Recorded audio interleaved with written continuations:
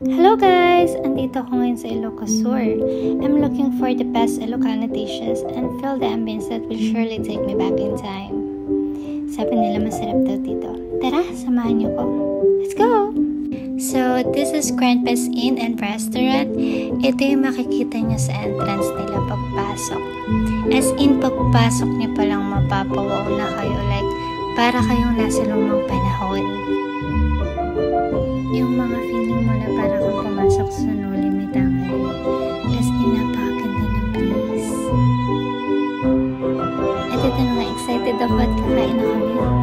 Umorder kami ng sinulaw, pinagawang fried, bagnet, fried. Nakalimutan ko yung tawag sa iba. Pero lahat sila masasarap. Sayang hindi namin natikman yungganisang bacon. Masarap daw yun. At syempre, pagkatapos namin kumain, nag-ikot-ikot ulit ako. As in, hindi ko mapigilan. Lahat ng mga bagay nakikita ko ay nahawakan ko. At umakyat ako sa itaas. Meron silang second floor at may mga rooms. Hindi ko alam kung hotel ba to. Basta may mga rooms.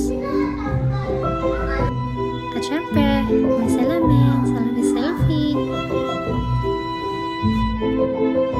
Pero Instagrammable ang lugar. Kaya kung mahilig kayo mag-picture katulad ko, this place is for you.